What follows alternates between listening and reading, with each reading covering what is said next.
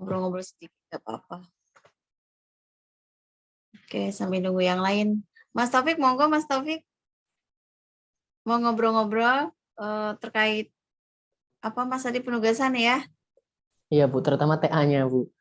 Gimana Mas Taufik Gimana? TA-nya Mas Taufik Mas? gimana? Udah selesai belum? Belum sih Bu, nggak tahu teman yang lain kayaknya masih ada sibuk tugas kuliah gitu. Lagi susah Itu satu waktunya. kelompok berapa kemarin Mas Adi? 3 ya? Ini satu Mbak Nakia kelompok saya. Oh ya, Mbak Nakia. Sore Mbak Nakia. Sore Bu, mohon maaf baru bisa join habis kelas. Oh iya masih ada kelas juga ya. Oke. Di sana sudah selesai meet-nya?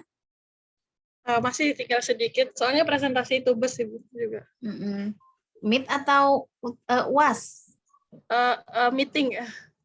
Meet ya, meet UTS ya berarti ya? Bukan, apa namanya, UAS Bu, sama kayak tugas besar gitu. Oh ya, belum selesai ya. Amikom baru selesai UTS. Orang pada liburan kita masih baru kuliah. mau ini berujian, selesai ujian ya, selesai ujian UTS. Ya. Gimana, lancar nggak ETA-nya? Sama yang TA ini ya Bu. TA MCAI sama kayak Mas Taufik. Sekelompok Temanya, soalnya. temanya tentang apa ya kemarin? Kemarin temanya tentang ini apa dari kesehatan sih kita ngambilnya Bu. Iya, temanya kesehatan. Untuk datanya sendiri ngambil dari IFLS. Itu tentang kesehatan, terus apain? Prediksi atau apa tuh? Kemarin sih kayaknya maunya klasifikasi gitu, tapi belum diapain lagi gitu datanya. Kemarin baru digabungin aja datanya, karena datanya itu dari beberapa data gitu yang diambil sebagai fitur-fiturnya. Oke, udah dilakukan pre-processing? Masih tahap itu sih Bu. Iya itu masih pre-processing. Ini aja sih kalau maksudnya sudah keburu waktunya ya, biar nggak terlalu lama. Datanya apa yang ada dulu. Kalau memang itu misalnya menyulitkan atau nggak ketemu gimana cara gabungnya, karena kan beda-beda format ya. Udah yang ada apa yang bisa aja deh gitu. Ya, jadi kita di sini ya udah tidak usah memperdulikan datanya harus besar, harus apa. Yang penting bisa gabung aja ya. Sudah ada data, bisa dilakukan step berikutnya. Itu jangan sampai mentok terus step berikutnya nggak dikerjakan, akhirnya merembet kemana-mana nggak selesai kan.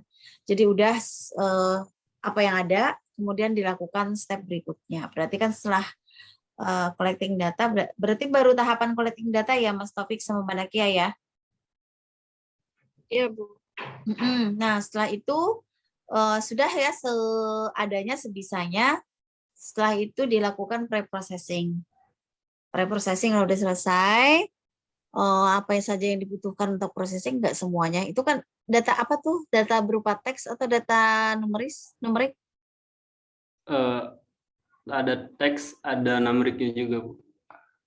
Oke, yang mau diambil untuk klasifikasi apa? Kemarin untuk apa kalau ya Mbak lupa. Hipertensi. Iya. Hipertensi. Apakah orang ini hipertensi atau tidak gitu?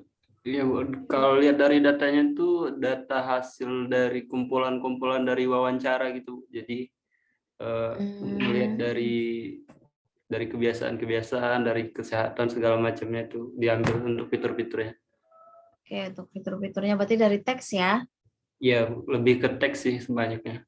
Oh, lebih ke teks. Oke ya. Saya pikir dari ini ya. Mungkin dari hasil tensinya, tensi darah ya. Kemudian juga hasil labnya. Saya pikir itu. Berarti kalau teks ya perlu challenge sih. Iya, perlu challenging itu. Nanti proses labelingnya. Ada nggak data yang udah di labeling? Belum di labeling berarti? Belum Bu. Belum. Masanya nggak boleh ya kemarin ya Mas Adi pakai data publik ya? Iya Bu, tidak diperkenankan. Ya udahlah berarti sebisanya ya, datanya di labeling sendiri berarti. Atau di labeling siapa yang temen dari jurusan kedokteran atau jurusan keperawatan kali ya, keperawatan kebidanan ya, yang biasanya apa ya, paham ya seperti itu. Kalau kita kan orang IT kan mungkin nggak bisa menentukan apakah ini hipertensi atau tidak. Tuh. Iya. Proses labeling, terus pre-processing, nah itu dilakukan pemodelan. Pemodelan nanti gunakan ya, algoritma machine learning ya, pakai apa. Dicari source code-nya di GitHub. Kemarin nih yang sudah contoh-contoh kasus mandiri, contoh kasusnya kan ada ya. Nah itu juga bisa di kopas gitu aja kan ya. Mungkin dirubah-rubah sedikit gitu. Atau Anda bisa cari di GitHub, di Kaggle kan banyak source code untuk ini. Mas Taufik sering menggunakan Python atau baru ini? Masih cukup baru sih Bu. Cukup baru. Tapi jadi tahu kan? Ya, tapi udah nggak terlalu asing lagi, udah cukup familiar. Iya, iya, iya. Ya lama-lama terbiasa ya. Lama-lama terbiasa kalau ngerjain project pakai Python, lama-lama ya udah. Gitu. Oke, bisa kita mulai ini Mas Adi. Baik Bu, siap. Ya, Oke, silakan dibuka dulu deh. Oke, kita bukain teman-teman ya. Assalamualaikum warahmatullahi wabarakatuh. Waalaikumsalam warahmatullahi wabarakatuh. Selamat sore Bu Dia dan rekan-rekan sekalian. Kita hari ini berjumpa di pertemuan ke-16 yang akan membahas materi tentang membangun model 7, yaitu evaluasi. Yang akan disampaikan oleh beliau Ibu Mardiah Hayati, STMkom. Oke, sebelum membahas materi, langkah baiknya kita berdoa terlebih dahulu. Berdoa menurut agama dan kepercayaan masing-masing, dipersilahkan.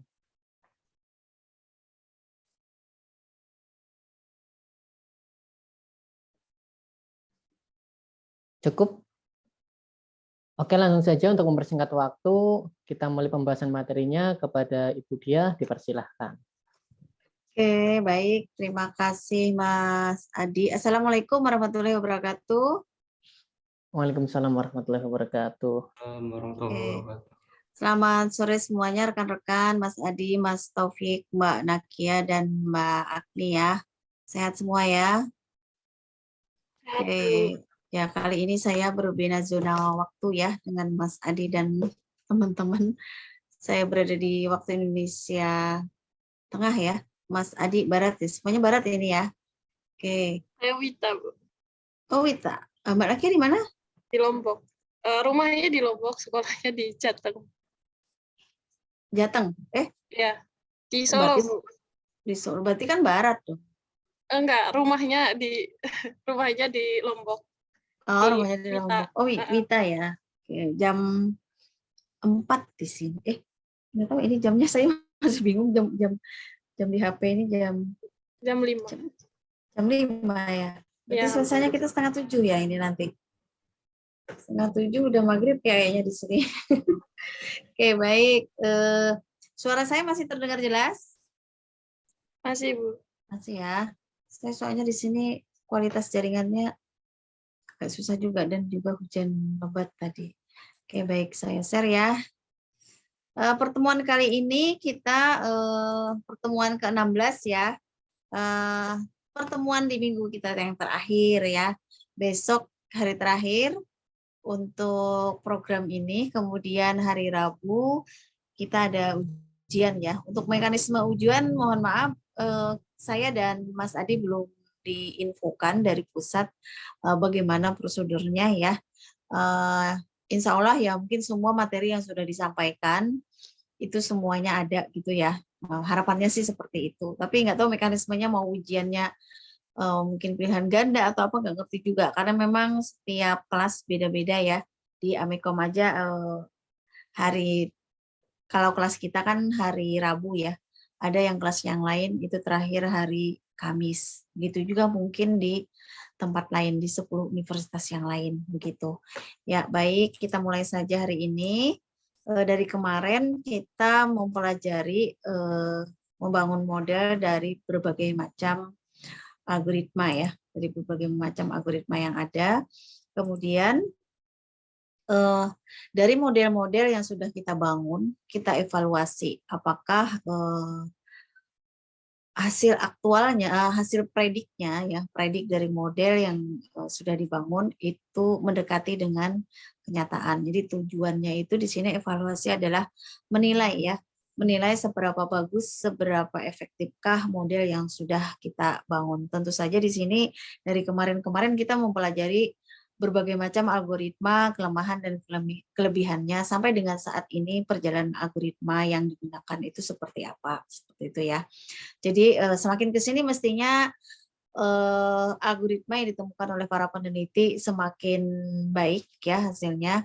Artinya mereka melakukan penelitian berdasarkan permasalahan-permasalahan yang dihadapi oleh peneliti lain, kemudian diperbaiki agar hasilnya itu mendekati dengan aktual ya, bagaimana mesin mempredik, dalam hal ini memprediksi sesuai dengan data aktual yang ada di lapangan seperti itu. Jadi di sini kita melakukan proses evaluasi ya.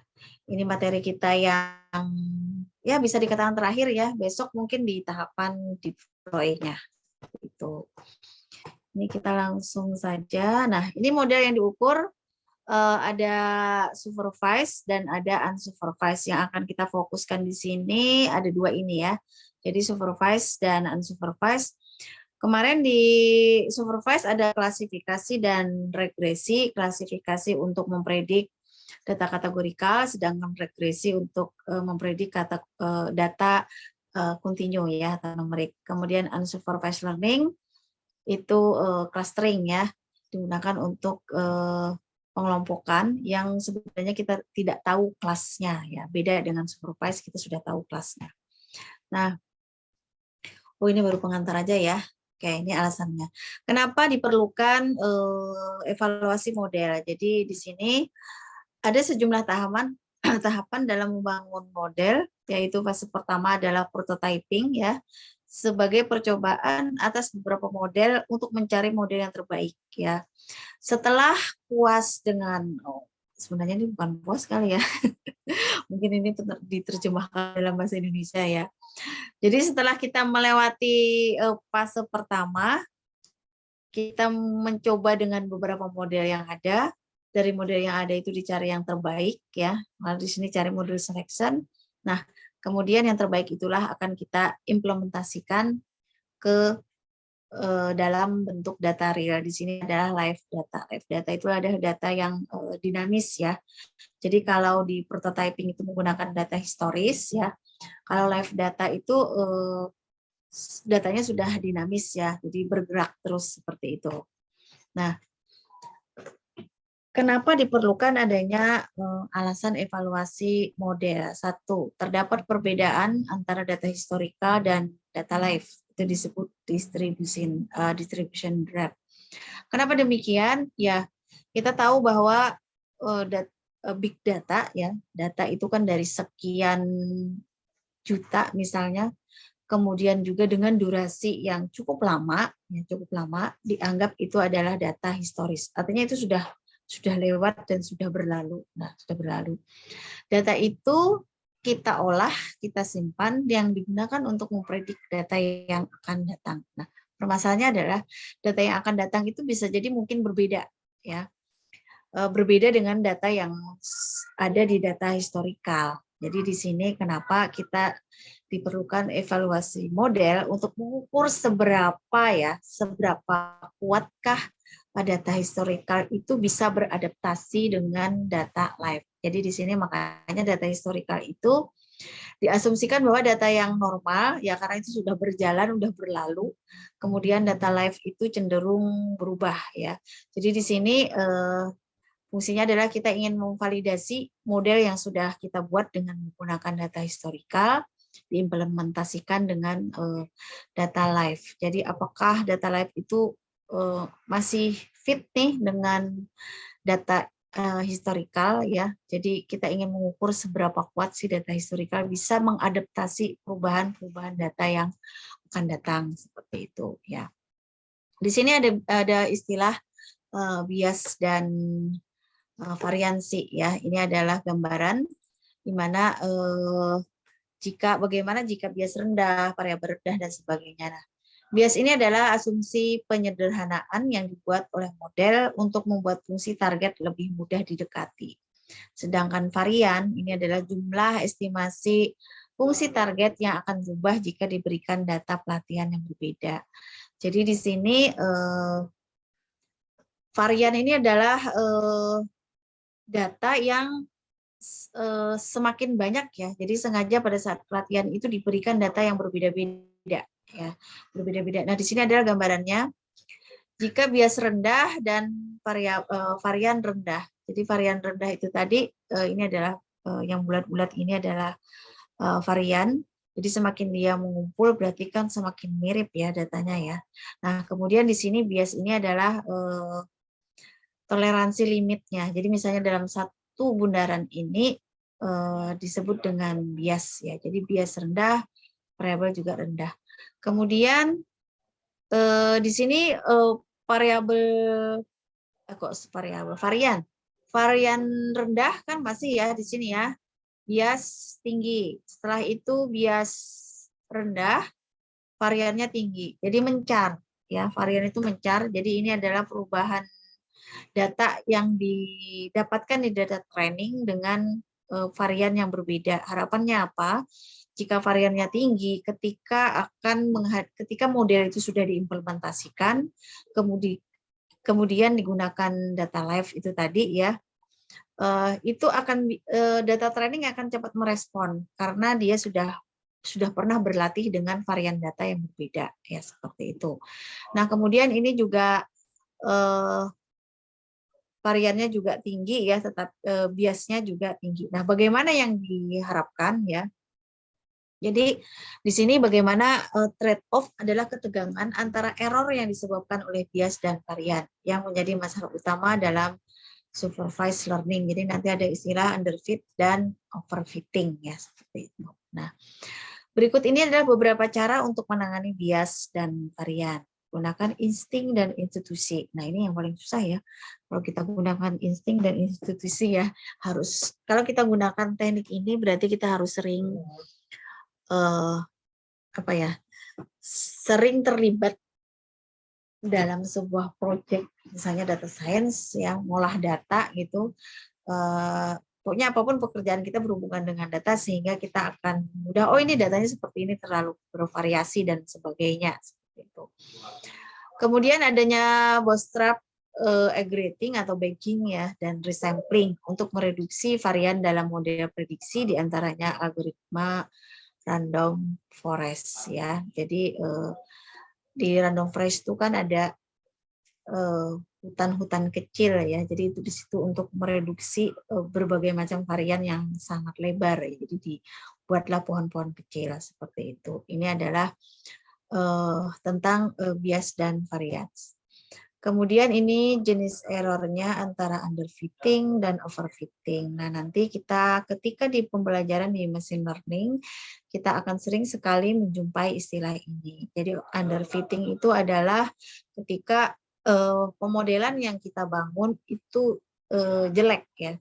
Jelek dalam belajarnya dia nggak mampu ya, belajarnya dianggap nggak mampu ya, sehingga hasil prediksinya itu juga rendah.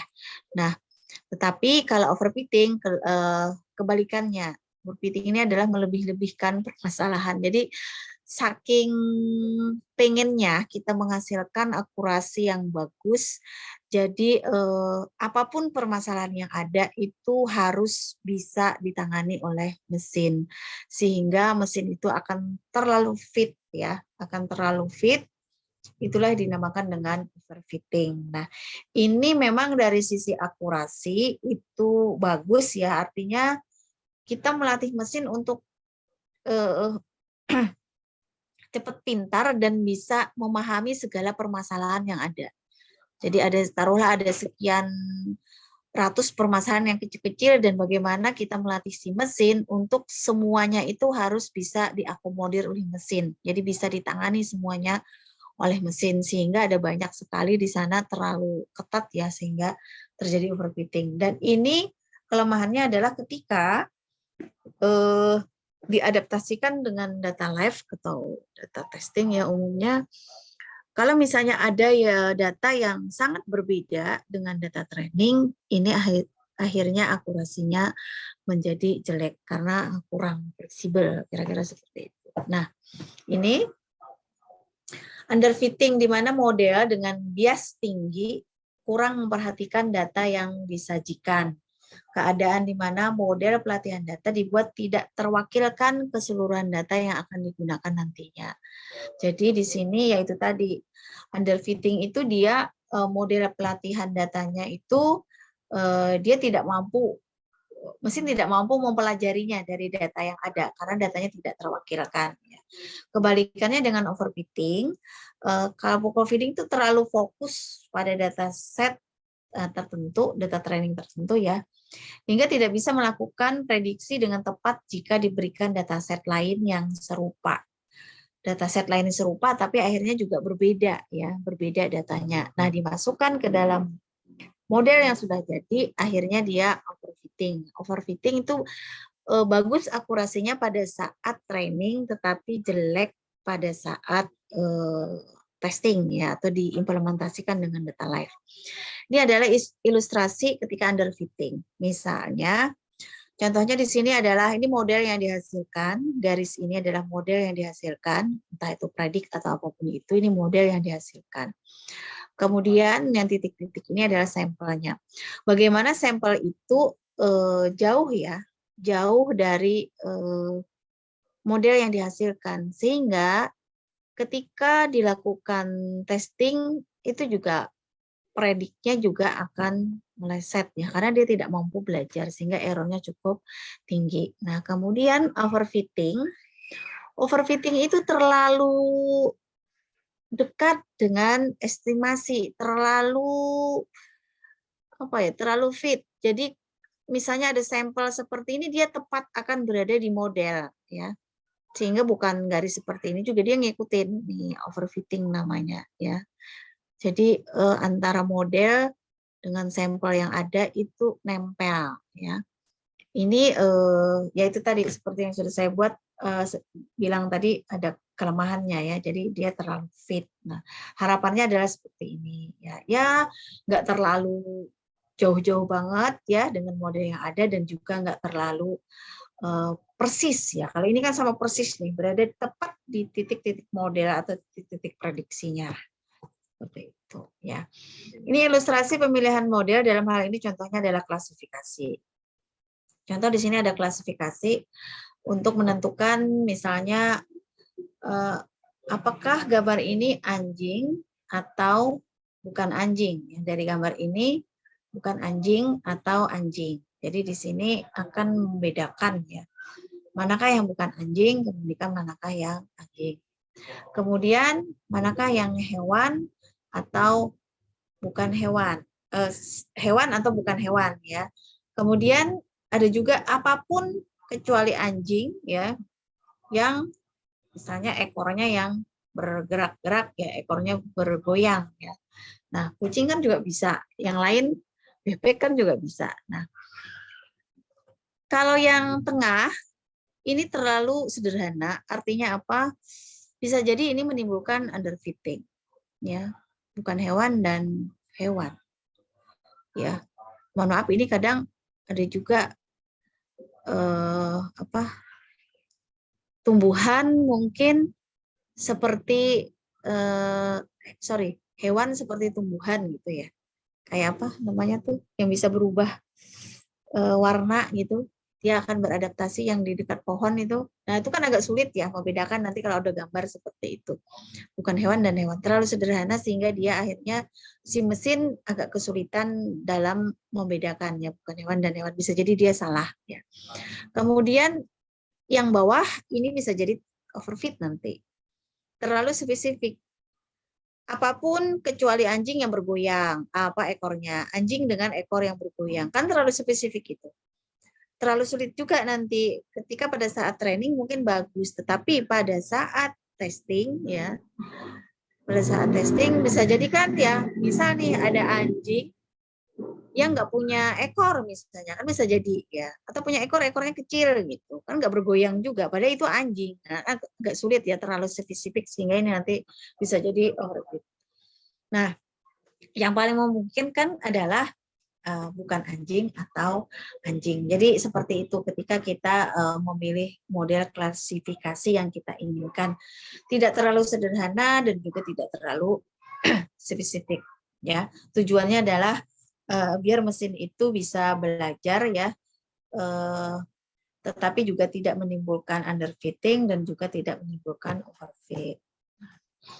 Ini tadi underfitting biasnya terlalu tinggi ya, bias terlalu tinggi akan menyebabkan underfitting. Jadi dia bingung nih mau seperti apa ya mesin belajarnya, karena di training set itu jelek, pada akhirnya juga pada saat testing itu juga nantinya jelek. Nah, tapi kalau variansinya itu terlalu tinggi ya, itu juga nanti bagus pada saat training, tetapi nanti pada saat testing itu jelek. Nah, ini yang benar, seperti ini, bukan anjing dan anjing. Ya. Artinya tidak terlalu sederhana dan juga tidak terlalu spesifik, sehingga ketika diimplementasikan baik training maupun data testing itu nanti hasil akurasinya bagus. Artinya mesin bisa memprediksi dengan baik dengan jumlah error, nilai error yang minimal ya. Ini adalah kurva validasinya. Oke, suara saya masih terdengar? Masih, Bu. Ya. Ini adalah kurva validasi di mana menggambarkan ya bagaimana ketika kita kemarin-kemarin kan sudah ya Mas Adi dan rekan-rekan mencoba ketika melakukan pemodelan, kemudian diukur akurasinya ya, validation error dan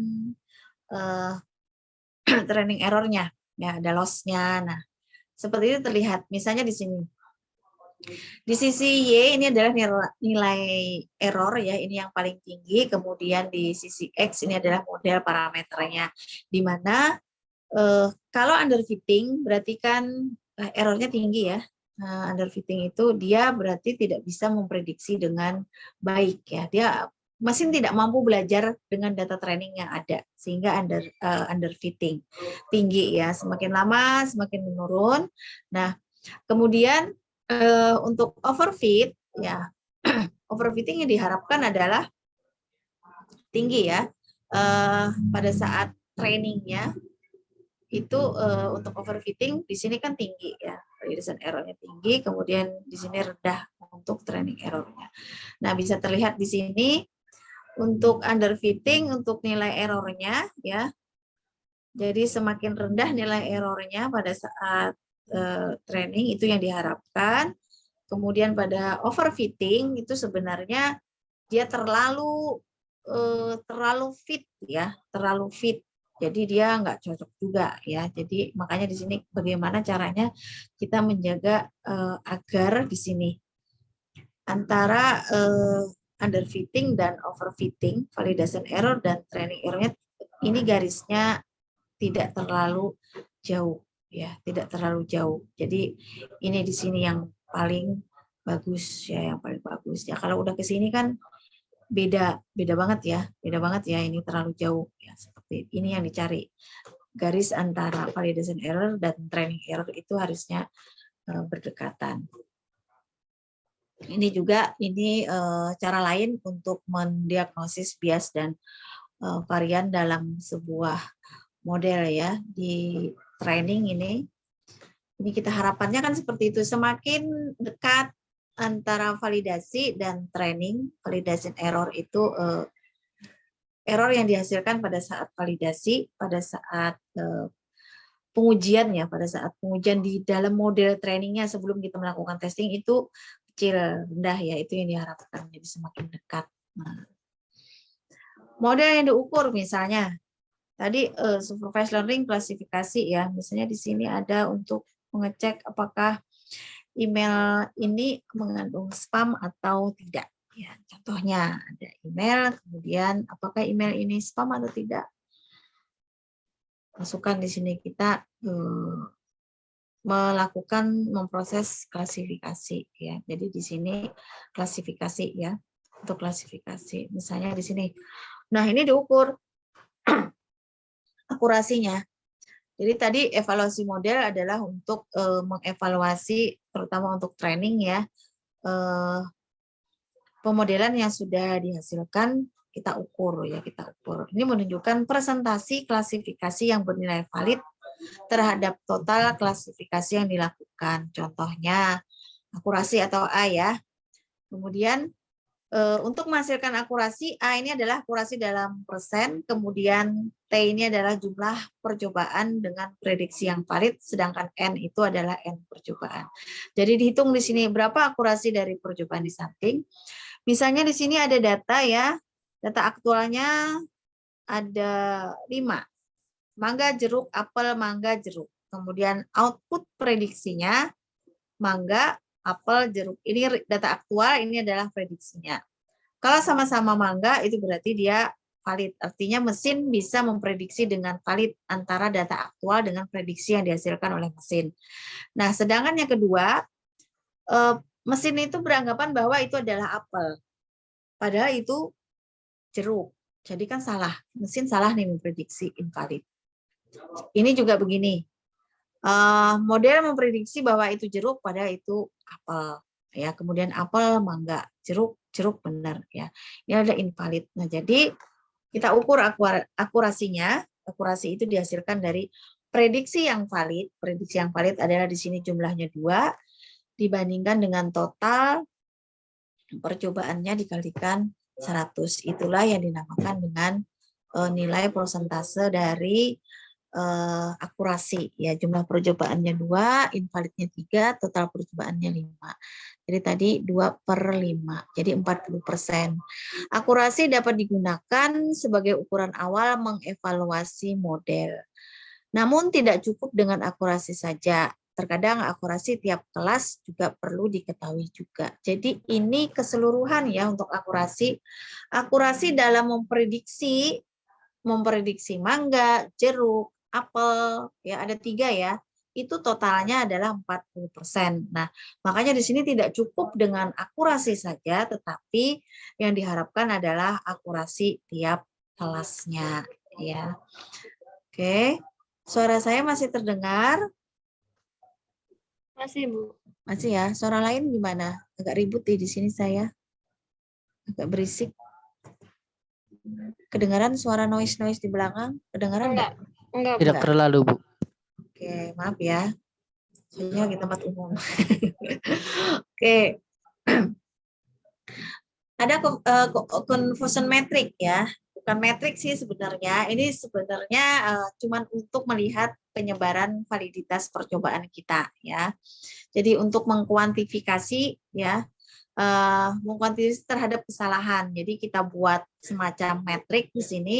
Di sisi kiri ini adalah kelas aktualnya, di sisi kanan ini adalah prediksinya. Jadi di sini akan ketemu nih prediksi mangga akan aktualnya akan dibandingkan apakah benar ini mangga. Nah, seperti itu. Begitu seterusnya. Nah, dari sini terlihat bahwa yang hijau ini adalah ketepatan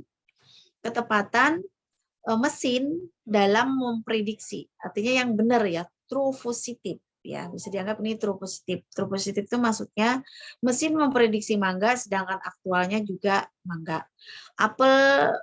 Mesin memprediksi apel juga aktualnya sesuai dengan apel. Nah, seperti itu. Di luar sini ini adalah yang salahnya. Yang salah ya, itu. Jadi di sini ada sumbu data aktual dan juga ada sumbu data prediksi. Setiap kelas terpetakan satu sama lain. Kemudian percobaan yang valid itu adalah dalam bentuk diagonal seperti ini tadi ya. Matrik akan berbentuk bujur sangkar ya, pasti berbujur sangkar ya. Kalau kelasnya itu 10, kelas prediknya 10, berarti kan kelas aktualnya juga harus 10. Jadi selalu bujur sangkar. Nah, contoh. Pada area kotak merah itu adalah jumlah ya, jumlah data yang mangga yang diuji. Contohnya di sini sebanyak 25. Sebanyak 25. Cara bacanya tadi ini kelas prediksi mangga, diprediksi kelas aktualnya juga mangga. Artinya dia benar nih, kelas prediksinya benar, mesin benar memprediksi mangga sesuai dengan kenyataan sebanyak 19. Dengan 19 mangga dikenali sebagai mangga valid ya. Kemudian 3 mangga dikenali sebagai apel. Berarti salah dong. Harusnya ini mangga, tetapi mesin memprediksinya sebagai apel. Kemudian 2 jambu ya. 2 mangga dikenali jambu. 2 mangga dikenali sebagai jambu maksudnya. Kemudian 1 mangga dikenali sebagai buah pir atau invalid semuanya. Bisa dipahami sampai di sini? Bisa dipahami? Bisa Mas Taufik? Siapa aja deh yang ada di sini? Mas Taufik, Mbak Nakia, Mbak Meme Indriana, Mbak Agni, bisa dipahami? Bisa ya? Cek. Suaranya masih kedengeran nggak ya? Masih Bu, aman Bu. Ini agak ribut ya di sini ya. Sebentar. Oke, ya, saya lanjutkan kalau begitu. Didapatkan untuk akurasi tadi ya, pengujian kelas mangga. Ini masing-masing kelas. Kalau yang pertama tadi keseluruhan kelas ya. Kalau yang pertama tadi contohnya keseluruhan kelas. Ya, akurasi yang awal tadi yang saya sampaikan ya, yang mana tadi. Nah, yang ini kan akurasi untuk keseluruhan kelas ya. Kalau yang ini per kelas, yaitu kelas mangga contohnya. Kelas mangga tadi yang diprediksi valid, mangga diprediksi valid benar mangga. Ya, itu ada sebanyak 15 per 25. 25 ini adalah jumlah N kelasnya. Jadi 76%. Ya, jadi 76%. Sedangkan akurasi total pengujian adalah akurasi total pengujian yaitu semua semua jumlah yang valid untuk masing-masing kelas, semua jenis yang valid untuk masing-masing kelas dibagi dengan jumlah total masing-masing kelas. Di sini 19, 22 ya yang valid ya. Artinya jambu dideteksi sebagai benar jambu, pir deteksi sebagai benar pir ya. Jadi ini semua dikalikan dengan 185%. Nah, di sini kan terlihat ya, artinya dapat disimpulkan di sini kita jangan terlalu begitu percaya dengan nilai akurasi keseluruhan ya. Karena nilai akurasi keseluruhan itu tidak bisa merepresentasikan ya nilai akurasi untuk masing-masing kelas ya. Kadang kita terjebaknya di situ. Akurasinya berapa? Akurasinya 99% ya. Itu adalah akurasi keseluruhan ya. Sedangkan akurasi tiap kelasnya itu juga beda, harus dihitung lagi ya sendiri. Nah, di sini kan kesimpulannya kalau di sini masih mending ya, mungkin kurang lebih 10% ya selisihnya ya. Jadi tidak begitu jauh. Kadang ada juga yang sangat jauh. Misalnya akurasi totalnya adalah 95% misalnya, kemudian akurasi untuk masing-masing kelasnya tidak lebih dari misalnya cuma 50, 60, 70 seperti itu. Jadi kita di sini untuk hal ini jangan terlalu percaya dengan nilai akurasi total ya. Akurasi total karena itu berbeda dengan akurasi masing-masing kelasnya ya. Walaupun di sini sebenarnya cukup bisa dipercaya karena apa? Di sini balance datanya ya. Untuk masing-masing kelas jumlahnya adalah 25 ya. Jadi sebenarnya angka 76, 85 itu adalah kisaran akurasi yang bisa kita percayai ya karena datasetnya balance seperti itu. Dataset balance itu maksudnya jumlah untuk masing-masing kelas itu jumlahnya sama, yaitu 25, 25, 25 gitu. Oke, lanjut. Ini adalah visualisasi conversion metric. Mungkin ini data yang berbeda ya, data yang berbeda. Jadi ini dengan menggunakan heat map. Kalau yang tadi cuman conversion metric perhitungan manual, ini kalau kita dalam bentuk heat map-nya. Nanti di sini terlihat berapa jumlah kelasnya, kemudian berapa benarnya. Ini kan berarti jumlah kelasnya 1, 2, 3, 4, 5, 6, 7, 8, 9, 10. Ya, ada 10 kelas ya.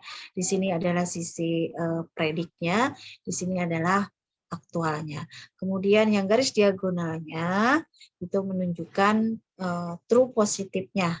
True positifnya itu adalah benar yang diprediksi dengan benar dengan sesuai kenyataannya. Jadi prediksinya benar seperti itu, yaitu dalam bentuk heat map. Ya. Kemudian pertanyaan umum, metrik terbaik ya tergantung tujuan bisnisnya. Ya kita ilustrasikan ilustrasi berikut ini ya. Di sini ada spam dan ada not spam ya. Jadi kita ingin membedakan manakah email yang mengandung spam dan tidak. Filter spam. Kelas positif kita taruh sebagai spam. Jadi spam itu kita anggap positif ya. Kenapa? Contoh, optimasi pada presisi atau spesifisitas di mana lebih baik false negatif, spam masuk inbox ya, daripada false positif non spam masuk junk atau folder. Jadi maksudnya begini, kalau misalnya kita beranggapan bahwa spam itu positif, kita kalaupun terjadi false negatif artinya salah memprediksi, tetap kan spam itu masuk inbox itu ya, daripada yang tidak spam masuk ke dalam folder junk. Itu kan yang tidak kita harapkan ya. Jadi tergantung mau mengharapkan yang mana gitu ya. Kalau di sini dia lebih baik false negatif. Jadi artinya walaupun spam dia tetap masuk inbox daripada yang tidak spam tapi malah salah masuknya ke bagian spam. Akhirnya kan emailnya nggak kebaca ya. Orang kan beranggapan kalau masuk ke inbox itu kan yang benar gitu ya, yang benar. Tetapi yang benar justru larinya ke yang masuk ke folder spam. Jadi mendingan yang spam itu masuk ke inbox. Jadi kita menentukan filter spam itu sebagai kelas positif. Kemudian yang kedua, misal untuk detektor transaksi fraud, kecurangan ya, kelas positif kita anggap sebagai fraud. Optimasi pada sensitivitas karena false positif, transaksi normal ditandai dengan fraud, kemudian lebih dapat diterima daripada false negatif. Ya, artinya orang itu lebih banyak curang nggak sih? Lebih banyak nggak curangnya kan? Ya, lebih banyak nggak curangnya ya. Tapi juga berbahaya juga. Artinya nanti khawatirnya optimasi pada sensitivitas karena false positif, transaksi normal ditandai curang, lebih dapat diterima. Jadi normal tetapi dianggap curang itu lebih dapat diterima daripada transaksi curang tapi malah tidak terdeteksi, kan berbahaya itu. Jadi lebih baik normal, itu tidak ada ruginya juga kan ya. Transaksi normal dianggap curang, tinggal kita klarifikasi saja kan tidak ada ruginya. Daripada ada transaksi yang curang tetapi tidak terdeteksi. Nah, itu yang berbahaya. Jadi tinggal ini tergantung dari tujuan bisnisnya. Seperti kemarin saya cerita di dunia medis ya. Deteksi AIDS ya. Deteksi AIDS lebih baik mana? AIDS tidak terdeteksi AIDS atau lebih baik orang yang tidak AIDS terdeteksi AIDS atau sebaliknya ya. Jadi kalau di dunia kesehatan tuh ya lebih baik orang sehat mungkin terdeteksi AIDS, tapi setelah itu tetap harus ada semacam filter lagi ya. Jadi tidak langsung mesin memutuskan oh ini AIDS, nah padahal ya harus ada tahapannya lagi daripada orang yang orang kena AIDS tapi terdeteksi normal, kan itu bahaya, bisa menularkan kemana-mana ya. Binary classification itu ketika proses klasifikasi kita menghasilkan dua kelas, yaitu kelas positif dan atau negatif, 0 atau 1, valid atau invalid, bagus atau tidak bagus, cantik atau tidak cantik, recommend atau tidak, lulus atau tidak, spam atau tidak, hoax atau bukan, atau fakta gitu ya. Itu yang binary, yaitu bentuk yang paling umum ya. Jadi binary class ya. Jadi selalu ada dua. Multi class itu kalau banyak, lebih dari satu kelasnya, klasifikasinya. Gitu. Satu kelas dinyatakan sebagai kelas positif yang menjadi fokus dalam klasifikasi ya, dan satu kelas lainnya dinyatakan sebagai kelas negatif.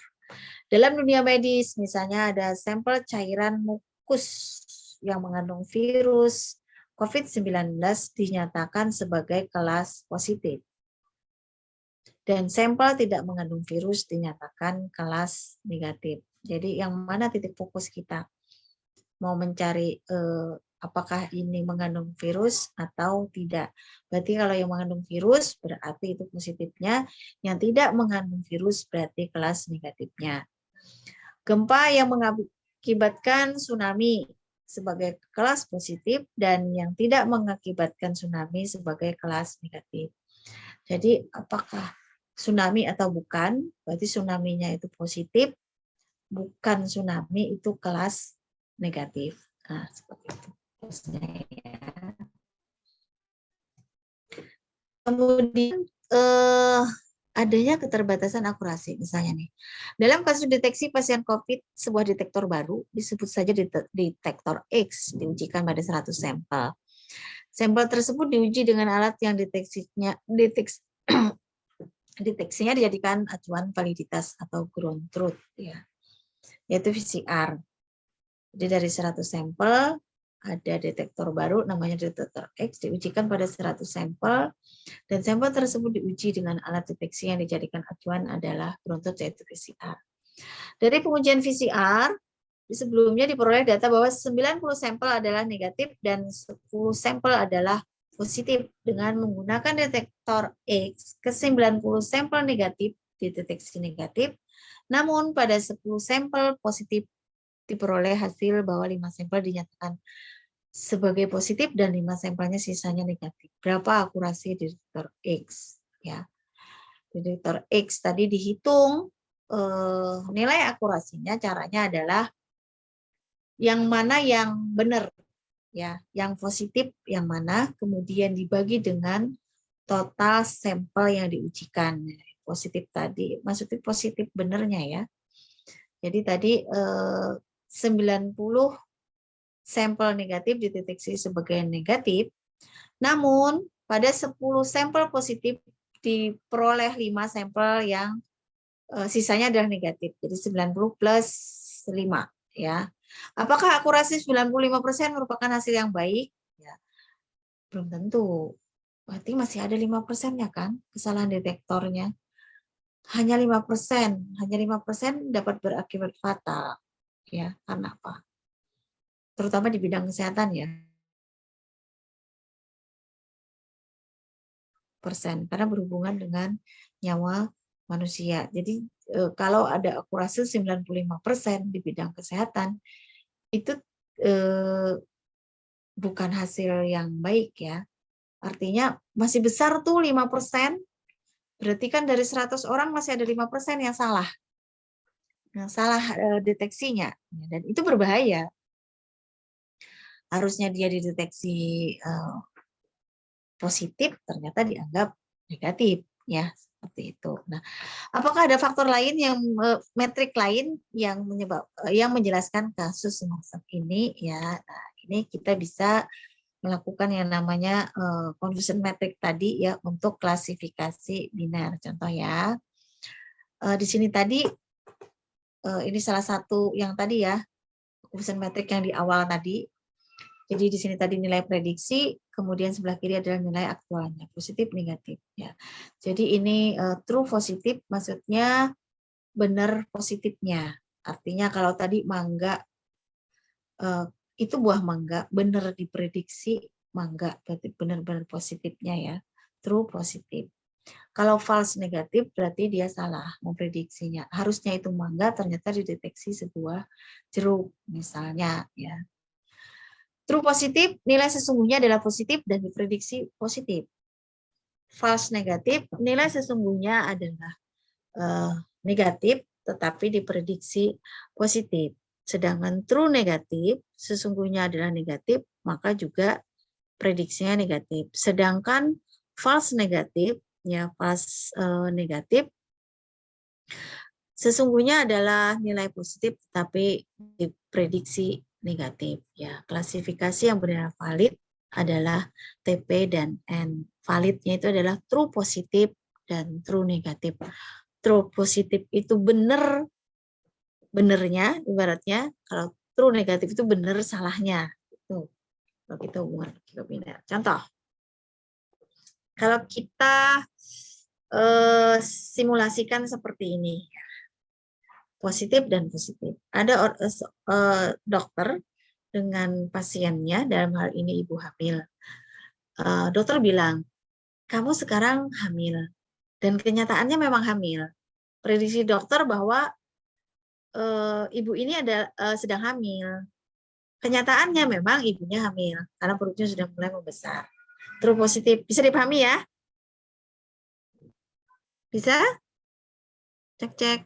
Sambil ngetes suara ini. Bisa ya? Kok nggak kedengeran suaranya? Cek, cek. Bisa kedengeran suara saya? Dengar, Bu. Oke, nah.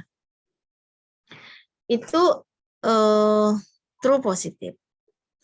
Kemudian false negatif. Ya, tadi prediksinya dia salah ya, memprediksinya ya.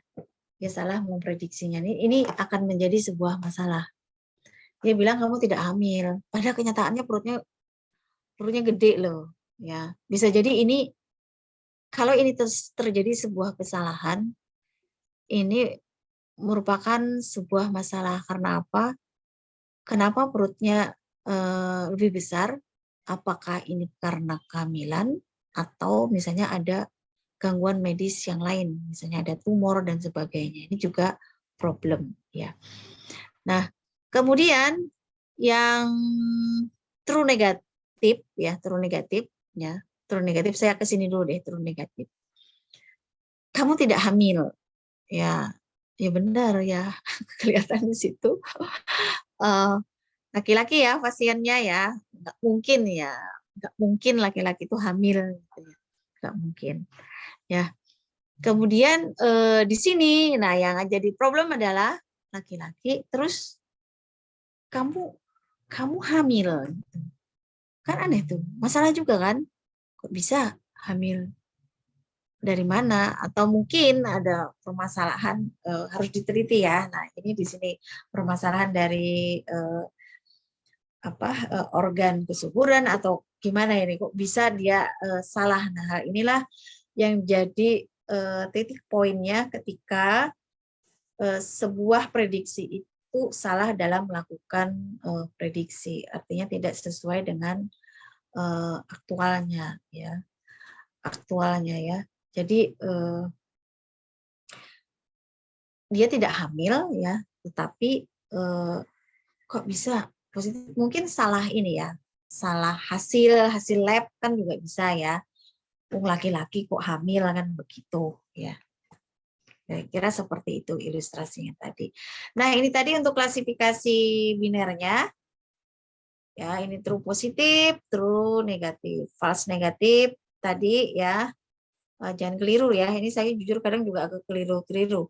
Jadi false negatif itu berarti dia nilai prediksinya negatif, tetapi diprediksi, sorry, takut kebalik saya. Nah, tadi false negatif. False negatif. Nilai sesungguhnya positif, namun diprediksi negatif. Ya, nilai sesungguhnya negatif ya, tapi diprediksi positif. Sorry, kebalik ya. Duh. Nilai sesungguhnya positif, tapi diprediksi negatif. Nilai sesungguhnya positif, tetapi diprediksi negatif. Begitu juga sebaliknya untuk false positif. Ya. Nah, ini ya. Contoh tentang true negatif, true positif, false negatif, dan lain sebagainya. Model kalau misalnya low recall, low precision, model berkinerja kurang baik, ya, baik false negatif maupun false positif bernilai besar pada model ini. Jadi false negatif berarti kan banyak tuh yang kelirunya ya. Kelirunya juga banyak, kemudian yang keliru positifnya juga banyak ya. Sehingga yang ininya cuman kecil ya, kebenarannya itu kecil. Jadi ini low recall precision. Jadi model berkinerja kurang baik. Ini yang dihindari. Seperti itu. Oke. Oke, Mas Adi izin sholat asar katanya. Oh ya, bagi yang belum sholat asar silahkan ya. Silahkan sambil sholat asar, nanti kalau udah selesai bisa balik lagi. Nah, selanjutnya, high recall, low precision. Sebagian besar data positif dapat dikenali dengan baik. Jadi rendah ya, false negatifnya. Jadi true positifnya itu banyak lah, lumayan. Ya, lumayan. Jadi dia benar nih, true positifnya lumayan. Tetapi banyak data negatif dikenali sebagai positif ya, masih banyak juga sih, cuman ada juga kan yang true positif ya. High recall, low precision. Ilustrasi berikutnya, banyak data positif yang teridentifikasi negatif.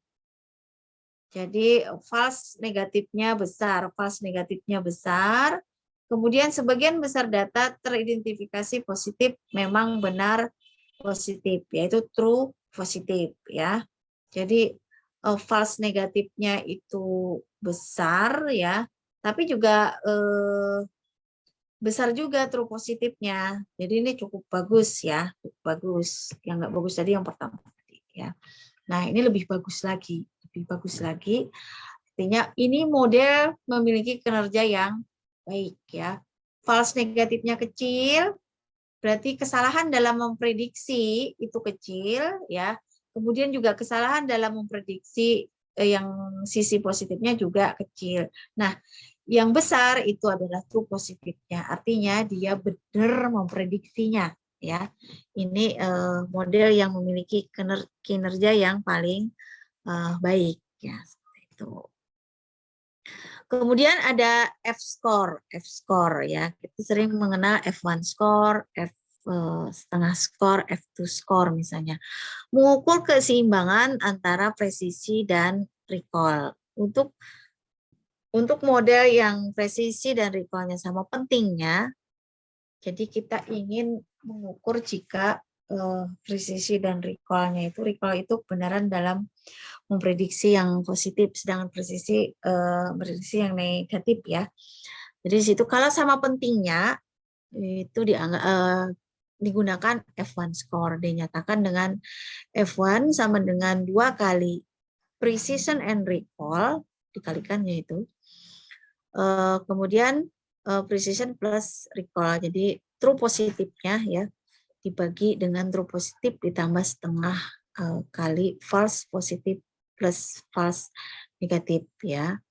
Seperti itu ya. Untuk kasus recall lebih diutamakan dengan faktor beta, maka formalisnya diperluas menjadi seperti ini rumusnya ya. Ini saya mohon maaf, ini saya kurang paham ya tentang angka-angka ini. Penjelasannya kurang terakomodir di slide ini ya. Tapi di sini saya bisa melihat di sini harmonik ya. Harmonic mean itu penjelasan tentang rata-rata ya, di mana ada X dan Y.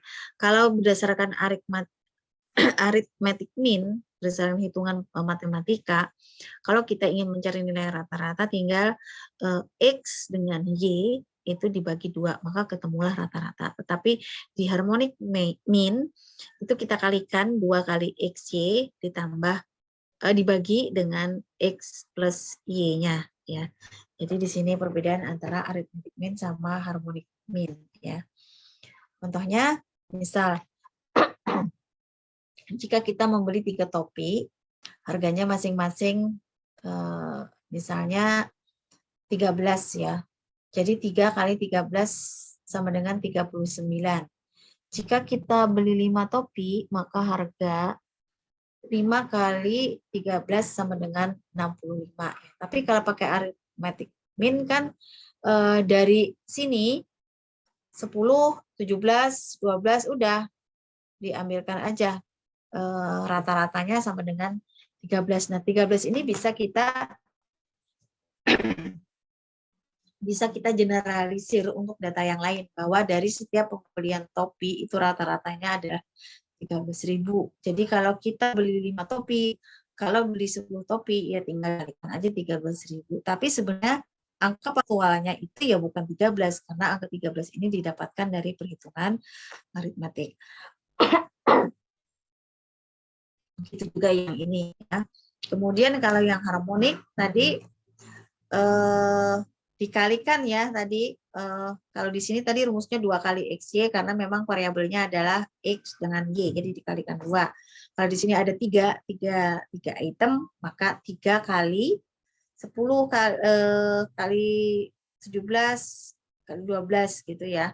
Kemudian dihasilkan 11,80 ya. Jadi 11,8 ini ya tinggal kita kalikan, kalau misalnya 3 berapa kali 5 berapa, jadi lebih apa ya, kalau pakai harmonik itu mungkin lebih kecil kali ya rata-ratanya, seperti itu. Nah, balik lagi ke F-score. Misalnya tadi, jika kita ingin mendeteksi transaksi kecurangan ya, metrik apa yang lebih optimal, apakah cenderung pada presisi atau kepada recall ya. Ya, cenderung kepada recall karena lebih baik mendeteksi transaksi yang dianggap curang ya. Kita dapat melakukan konfirmasi. Makanya tadi kalau dianggap curang ya nggak apa-apa curang, tapi yang penting kan kita aman daripada yang curang itu lolos alias kebobolan gitu kan. Jadi di sini kita lebih cenderung ke recall-nya ya, cenderung ke recall karena lebih baik kita mendeteksi transaksi yang curang ya daripada kita meloloskan transaksi yang curang itu akhirnya kebobolan ya. Kalaupun kita oh ternyata memang itu sebenarnya nggak curang, tapi kok dianggap curang ya nggak apa-apa, dianggap curang, tapi kan kita bisa melakukan konfirmasi ya, kita cek data-data yang lain, apakah ada terjadi kecurangan transaksi misalnya dalam sekian waktu, kemudian juga dalam 1 jam apakah itu mengindikasikan sebuah kecurangan, misalnya dalam 1 jam terjadi berulang-ulang setiap berapa menit terjadi kecurangan kartu kredit misalnya, atau mungkin biasanya kebiasaan si nasabah menggunakan kartu kredit dengan jumlah transaksi ya limit di bawah 10 juta, tahu-tahu dia ngambil 500 juta. Nah, itu kan bisa terlihat ya untuk mendeteksi ya, kita bisa mengkonfirmasi daripada kebobolan. Jadi kita cenderung ke recall-nya ya. Nah, selanjutnya evaluasi model pada probabilistic model. Kalau yang tadi sebelumnya kita menggunakan Bayesian metric, di sini kita menggunakan probabilistic model. Jadi di mana memprediksi dengan menghasilkan nilai probabilitas 0,1 untuk sebuah label. Nilai probabilitas menunjukkan seberapa yakin terhadap seberapa yakin prediksi ya terhadap suatu kelas atau label. Label ditentukan dengan menetapkan suatu threshold. Evaluasi dapat dilakukan dengan metode diantaranya receiver operator karakteristik atau ROC dan pengembangan VRC ya. Nah, kita lihat seperti ini ya.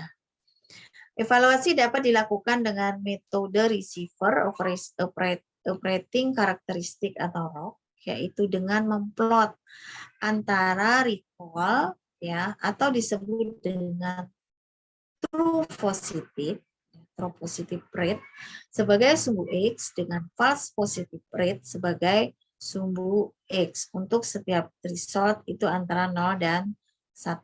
Jadi semakin dia mendekati 1, yaitu berarti dia semakin bagus ya. Area yang ada di sini menjauh dari yang itu maka akan semakin baik ya. Mengapa perlu ROC Ausi area under curve ya, dan tidak cukup menggunakan akurasi ya. ROC Ausi lebih menggambarkan secara lengkap visualisasi untuk semua threshold klasifikasi yang mungkin dari conversion metric yang terbentuk. Jadi akurasi hanya mempresentasikan performansi pada satu nilai threshold, sedangkan ROC Ausi ini secara keseluruhan bisa berdasarkan area ya dia. Semakin luas area ini, maka dia akan semakin bagus, berarti semakin menjauh dari 1 ya. Ya, hasil paling optima adalah yang menghasilkan Ausi yang paling luas ya. Jadi semakin dia garis biru ini menjauh dari yang merah, berarti kan dia semakin luas, semakin optimal. Jadi dia mendekati 1 true positive rate ya. Ini kita lewati saja. Ini kita lewatin ya. Ini untuk log loss-nya. Contoh lagi penerapan evaluasi model untuk dunia medis ya. Evaluasi model sangat tergantung pada kasus dan distribusi data. Contohnya untuk model medis. Deteksi penyakit menular, misalnya alat detektor Genus untuk penyakit COVID-19. Kemudian untuk deteksi kanker, deteksi kehamilan, dan deteksi gizi ya. Ingat kembali di detektor X untuk kasus COVID ya. Jadi mana yang paling krusial ya. Jadi di mana kesalahannya kalau berakibat fatal bagi manusia. Jadi ya, kalau masalah deteksi kecurangan tadi kan masih mending ya, tidak ada hubungannya dengan nyawa manusia. Tapi kalau kita ada kasus-kasus medis seperti ini, kita fokuskan mana nih yang paling krusial. Jadi lebih baik salah yang mana ya. Jadi kita harus melihat misalnya tadi kena COVID dan tidak. Lebih baik kena COVID tapi sebenarnya dia nggak kena, atau lebih baik dia sebenarnya kena COVID tapi dianggap tidak COVID. Nah, lebih penting mana seperti itu. Nah, itulah makanya dicari dari parameter false positif, false negatif, dan lain sebagainya. Parameter mana yang paling krusial ya, di mana kesalahannya berakibat fatal bagi manusia. Kemudian juga untuk evaluasi kebencanaan, deteksi gunung meletus. Ada deteksi gunung meletus yang dianggap positif, misalnya nih, nanti minggu depan misalnya, gunung akan meletus gitu. Kalau salah memprediksi, ya nggak apa-apa juga kalau salah memprediksi, berarti kan alhamdulillah. Tapi yang bahaya, ketika ini nanti minggu depan nggak ada gunung meletus, tapi ternyata meletus, kan seperti itu. Nah, itu yang berbahaya ya. Itu hubungannya dengan, tapi hal-hal bencana alam agak sulit ya dideteksi ya. Cuman berdasarkan data yang ada. Contohnya kemarin seperti Semeru. Sebenarnya kan sebelum-sebelumnya, sebelum meletus itu kan sudah ada data-data dari seismograf yang ada di mitigasi bencana, kan seperti itu ya. Jadi untuk kebencanaan mungkin agak sulit ya diprediksi karena kita nggak tahu bencana kan bisa datang kapan aja ya. Jadi untuk memprediksi ketepatannya itu kita nggak tahu. Jadi gini, kalau untuk bencana mungkin ya bakal meletus. Meletus apa tidak? Ya mungkin bakal meletus ya, dan mungkin juga bakal tidak. Tetapi kapan meletusnya ya kita nggak bisa memprediksi ya. Misalnya tsunami, gempa bumi itu kan hal-hal yang di luar kendali manusia ya. Jadi banyak faktor sih. Kemudian evaluasi model untuk kasus telekomunikasi. Nah, mungkin ini kesalahannya masih bisa ditolerir ya. Kesalahan ini dibanding dengan kesalahan yang ada hubungannya dengan dunia medis tadi ya. Misalnya deteksi pembajakan akun. Kalau salah deteksi ya nggak apa-apa juga.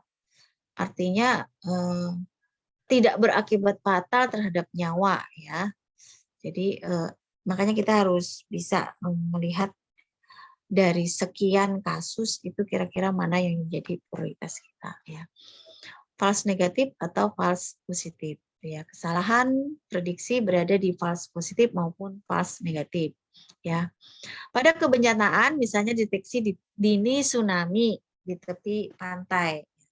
Tsunami-nya kita anggap plus ya. Plus negatif. Tsunami-nya dianggap plus ya, positif ya, berarti tidak tsunami berarti negatif. Ketika false negatif, diprediksi tidak ada tsunami, namun ternyata ada tsunami. Nah, itu yang berbahaya. Ya. Diprediksi ada tsunami, namun tidak tsunami. Ya, ini kalau salah ya nggak apa-apa juga. Kalau yang ini ya. Nah, itu. Pada case ini, tsunami yang tidak terprediksi sebelumnya lebih membahayakan dan sangat merugikan dibanding false positif. Ya. Jadi FN tadi yang atas ya, diprediksi tidak ada tsunami namun ternyata ada tsunami, itu lebih membahayakan, sangat merugikan dibanding kalau false positif itu terjadi. Ya nggak apa-apa juga diprediksi ada tsunami, ternyata tidak tsunami, malah alhamdulillah kan itu. Ya kalau spam itu tadi yang kita sudah kita bicarakan sebelumnya ya. Jadi ini tergantung kasusnya ya, tergantung kasusnya. Sekarang kita masuk ke imbalan kelas. Ya, ini loncat-loncat ini ya materinya. Halo, suara saya masih terdengar? Saya sudah berapa menit ya ini? Masih, Bu. Ini jam berapa, Mas? Jam 5 kurang 5 menit, Bu. Kita sampai jam berapa? Setengah 6. Jam 5-nya waktu di mana, Mas? WIB, Bu. WIB ya? Iya. Berarti setengah jam lagi ya? Iya, Bu, betul. Oke. Agak bingung, saya beda zona. Setengah jam lagi. Oke, kelas imbalance ya. Ini isu dataset yang tidak seimbang atau imbalance kelas muncul dalam permasalahan berbagai persoalan dan mungkin menjadi bahasan tersendiri ya. Ini cuma contoh aja ya. Nah, alternatif pilihan metrik untuk imbalance dataset. Pertama ya, ini untuk binary ya, binary. Apa yang akan kita prediksi? Kelas labelnya mau berdasarkan kelas ya, kelas label atau kategorikal atau probabilitas ya. Di sini sebenarnya ingin melihat apakah di sini ya, apakah semua kelas itu penting ya, sama pentingnya ya, pentingnya. Kemudian juga nanti ya kalau iya berarti ditanya lagi, apakah 80 sampai 90% contohnya ada itu memiliki majority class, maksudnya dalam sebuah kelas misalnya ada 2 kelas tadi ya, apakah 20-80 atau 10-80 ya, misal 10-90 ya. Jadi di sini bagaimana kita bisa menghasilkan apakah nilai akurasi itu cukup layak untuk dipertanggungjawabkan. Kalau di sini misalnya kelas itu tidak menjadi hal yang bagian penting ya, kita tinggal pakai rata-rata aja selesai. Tapi kalau di sini kita bisa menggunakan yang namanya akurasi ya. Jadi dari banyak kelas kita bisa menggunakan akurasi keseluruhan. Nah, kemudian di sini apakah kelas positif itu lebih penting ya? Lebih penting daripada yang lain ya. Kalau lebih penting ditanya lagi, apakah false negatif dan false positif itu sama harganya, sama pentingnya? Itu berarti kita pakai Evans score ya. Kalau enggak berarti kalau false positifnya lebih berharga berarti kita pakai F setengah skor ya, tapi jarang ya, jarang seperti itu ya. Nah, ini lagi kira-kira untuk menangani imbalance trust. Jadi misalnya kalau kita punya data, kemudian ada akurasi, dilihat dulu. Kalau datanya itu balance, berarti kita cocok pakai akurasi. Kalau tidak balance, berarti kita pakai F1 score atau F setengah score atau F2 score seperti itu. Nah, apakah itu cukup? Ya boleh kita melakukan metrik evaluasi yang lain. Ya kita bisa pakai ROC-AUSI itu tadi ya untuk mengukur luasan kepercayaan kita terhadap prediksi yang mau dihasilkan oleh model ya. Ini kita lewatin aja. Ini untuk segmentasi citra. Jadi di sini ada sebuah gambar. Di sini mungkin untuk melakukan labeling ya, yang mana yang objek, yang mana sebagai background ya. Sepertinya seperti itu ya. Oke, kita lewatin aja di sini. Nah, ini selanjutnya adalah evaluasi model untuk regresi. Kalau tadi kan evaluasi model untuk klasifikasi ya. Sekarang untuk regresi. Model memprediksi suatu nilai kontinu atau bilangan real, bukan nilai diskrit, berupa label atau kelas. Contoh prediksi harga rumah, suhu maksimum, kekuatan gempa, harga saham, dan lain-lain. Ya. Error merupakan selisih dari nilai aktual dengan nilai prediksi. Jadi dilihat di sini ya, contoh langsung aja kita ke sini. Ini adalah cara-cara pengukuran model ya, mengevaluasi model untuk regresi. Ada banyak sekali. Ada MAI, ada RAI, ada MSE, RMSE, MAPE, dan sebagainya ya. Nah, ini MAI misalnya kita cukup mengambil selisih antara error dengan realnya. Jadi cukup diambil selisih ya dengan angka mutlaknya, kemudian dijumlahkan, kemudian kita bagi dengan jumlah nilai sampelnya ya. Kemudian kalau RMSE ini agak berbeda dengan yang sebelumnya. Ini kita mengambil nilai selisih errornya ya, tapi berdasarkan nilai kuadrat ya. Kemudian dijumlahkan, dibagi, kemudian diakarkan ya. Nah, contohnya nih untuk RMSE. Ini untuk melihat ya. Melihat kalau ini terjadi data outlier, artinya data yang benar-benar jauh ya. Jauh dari prediksi, contohnya seperti ini. Perhitungannya ya. Tadi dijumlahkan selisihnya ya. Kalau MAI tadi selisihnya ini 1, 2 minus 1, semuanya 1. Kemudian yang 4 ini kan 5 minus 1 ya. Misalnya di sini yang merah ini adalah prediksinya. Kalau ini adalah aktualnya. Nah, jadi ketemu dikali tadi rumusnya 1/8. 8 ini adalah N-nya ya. N jumlah datanya 1,375. Kalau RMSE ini dikuadratkan, dijumlahkan, kemudian diakarkan, dibagi. Ya, sini 1,70. Jadi di sini bisa terlihat dengan jelas data outlier, ya, data yang berbeda dari data-data yang lain. Ya. Ini kita lewatin aja ya Mas, karena waktunya kurang sedikit lagi. Kalau ini untuk, ini kita sudah sampai ke clustering. Ini terakhir ya, ini clustering.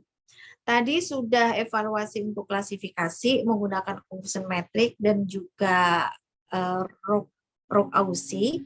Kemudian yang kedua, evaluasi untuk regresi, yaitu tadi ada MSE, kemudian MAPE, ada RF, dan sebagainya ya. Itu. Kemudian ini yang ketiga, yang terakhir adalah pengukuran performansi pada clustering ya. Termasuk unsupervised tadi sudah dijelaskan ya, karena tidak ada kelasnya. Tujuannya adalah mengelompokkan data yang mirip sedekat mungkin dan memisahkan data yang tidak mirip sejauh mungkin. Jadi di sini tujuannya beda ya sama yang klasifikasi tadi.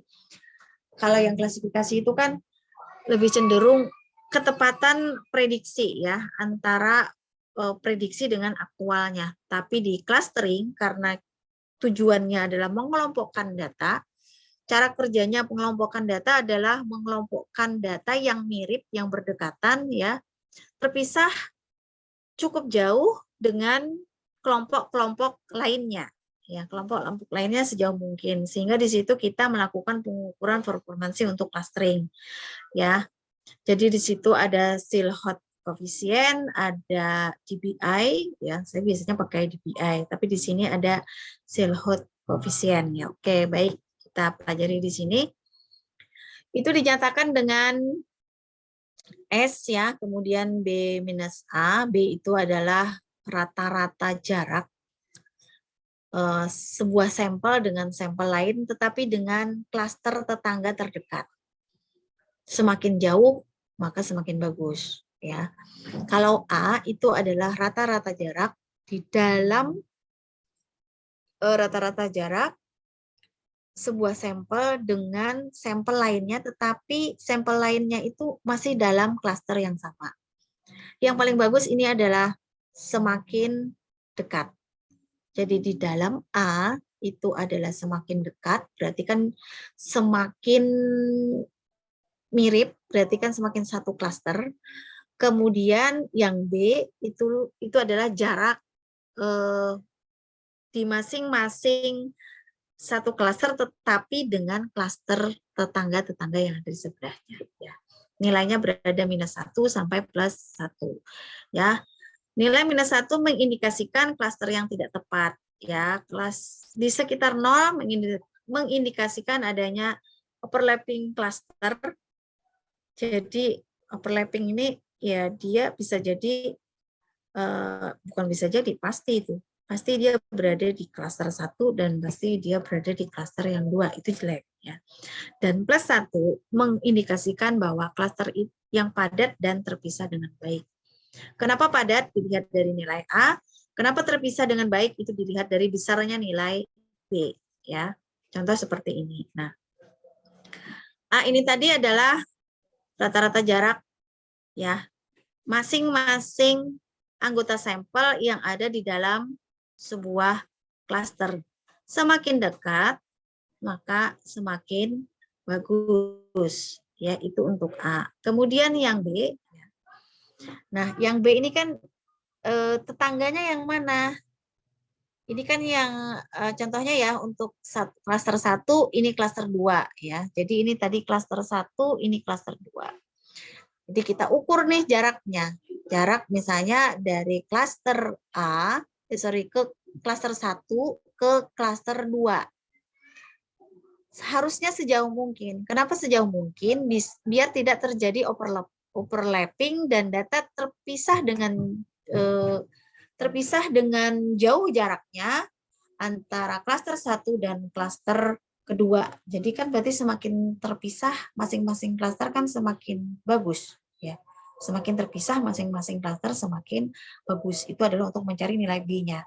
Tetapi nilai A kita bicara semakin dekat jarak masing-masing sampel tetapi di dalam satu klaster, ya. Ini tadi rumusnya, ya, rumusnya.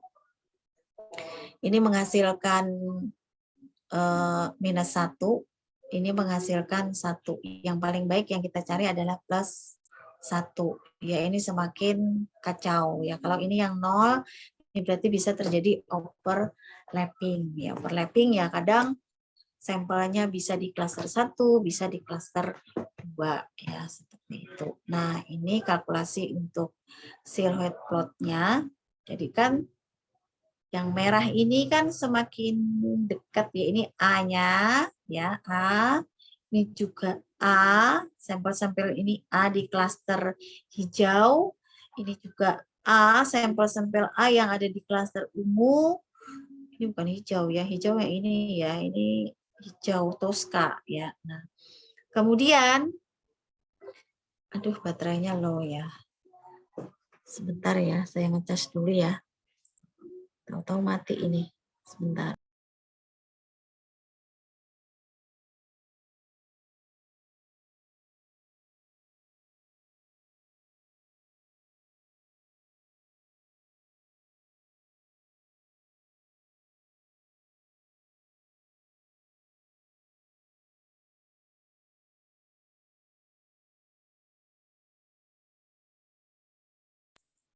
Oke. Ya, ini tadi kemudian yang B-nya mengukur jarak masing-masing klasternya ya. Jadi mestinya hijau berada di sini cukup jauh jaraknya dengan yang merah ya. Cukup jauh. Jadi dia tercipta masing-masing klaster. Ya, ini membandingkan model. Jadi misalnya kita ada model 1 dan model 2. Jadi kemarin itu kan kita melakukan proses training ya. Kemudian proses training itu ada namanya validasi model. Jadi kita pakai K-fold validation itu kan modelnya banyak ya. Modelnya banyak, kemudian kita ingin melihat model yang mana yang mau kita ambil. Kita bisa melihat mengadakan eksperimen seperti ini ya. Misalnya ada 2 buah model, model 1 dan model 2, kemudian dilakukan pengujian terhadap 10 data ya. Seperti di samping, kemudian untuk menghitung rasio ya, rasio antara model yang satu dengan model yang lain, kita lihat di sini ya, model 1 yang valid ada 6, yang tidak valid itu ada 4. Jadi yang kita cari ya yang valid ya 6/10. Jadi model 1 itu 60%, model 2 itu ada 50%. Jadi di sini yang bagus ya berarti yang kita cari yang validnya yang paling banyak ya. Jadi 60% ya. Nah, akurasi model lebih tinggi belum cukup untuk dapat diklaim bahwa model tersebut secara statistik signifikan berbeda dan lebih baik. Jadi sebenarnya ini tadi 60 sama 50 secara angka memang benar model 1 lebih bagus daripada model yang 2. Tetapi apakah perbedaan 10%, kan cuma 10% itu. Apakah perbedaannya 10% itu cukup bisa mewakili bahwa model 1 itu lebih bagus daripada model 2. Makanya kita melakukan yang di sini namanya uji statistik. Kita melakukan sebuah hipotesa di sini. Hipotesa 1 ya, H0, kedua model memiliki akurasi yang sama, H1 kedua model memiliki akurasi yang berbeda ya. Kita bisa mengukurnya di sini melakukan uji statistik ya. Ini kita lewatin aja ya. Karena kita belum masuk ke ini. Langsung aja Mas Adi ke source code-nya. Karena waktunya tinggal sebentar, di sini juga udah azan. Udah mau azan. Cek. Mas Adi silakan. Oke, izin share screen, Bu. Saya stop screen ya. Oke.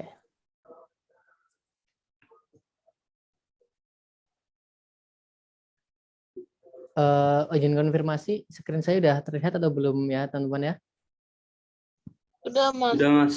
Oke, siap. Mohon maaf, Bu, untuk yang McNemar ini saya belum pernah mencobanya, Bu, untuk yang uji statistik menggunakan McNemar. Oke. Teman-teman bisa ini ya seperti biasa ya. Oh, ini langsung ke uji statistik ya Mas ya? Iya Bu, cuma satu hands on dan hanya naik smart aja. Oh, saya pikir ke conversion metric ini tadi. Hands-on-nya belum lihat deh. Oh, langsung ke uji statistiknya, signifikansinya ya. Oke, saya pikir kita melakukan klasifikasi kayak kemarin. Kemudian kan ada tuh conversion metricnya, ngitung akurasi, advance score. Saya pikir seperti itu. Oke, silahkan Mas Adi. Oke, siap. Untuk yang ini McNemar mau dijelaskan dulu atau tidak ya Bu? Soalnya kan tadi belum sampai masuk McNemar.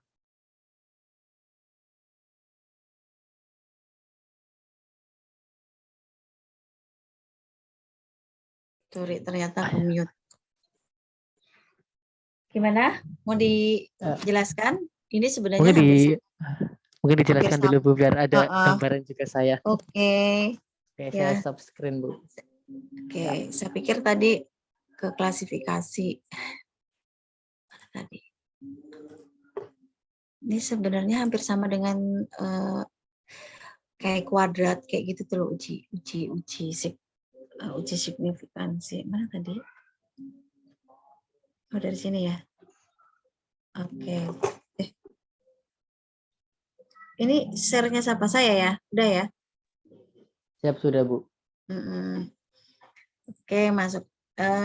McNemar test. Data pengujian disusun menjadi tabel kontingensi sebagai berikut. Contohnya ya, ada model 1 valid, model 1 dan tidak valid, model 2 valid, dan model 2 yang tidak valid. Nah, kita hitung di sini dari tadi, contoh kita tadi ya, yang model 2 valid, nah kita ngeliat ke sini lagi.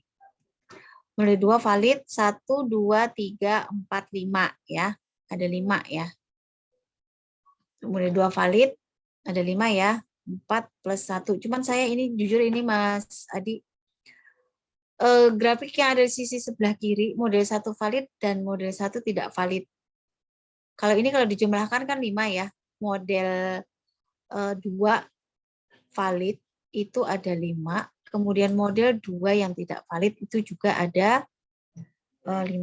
Nah, model 1 yang valid, oh bacanya gitu. Oke.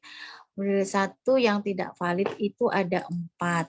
Model 1 yang tidak valid itu ada 4 ya. Nah, berarti bacanya gini berarti ya, ke arah dari kiri ke kanan. Kan ada 4 yang tidak valid. Oke. Yang model 2 dari atas ke bawah, yang model 1 dari kiri ke kanan. Model 1 valid, 4 plus 2 ya, 6 kan tadi ya. Oke.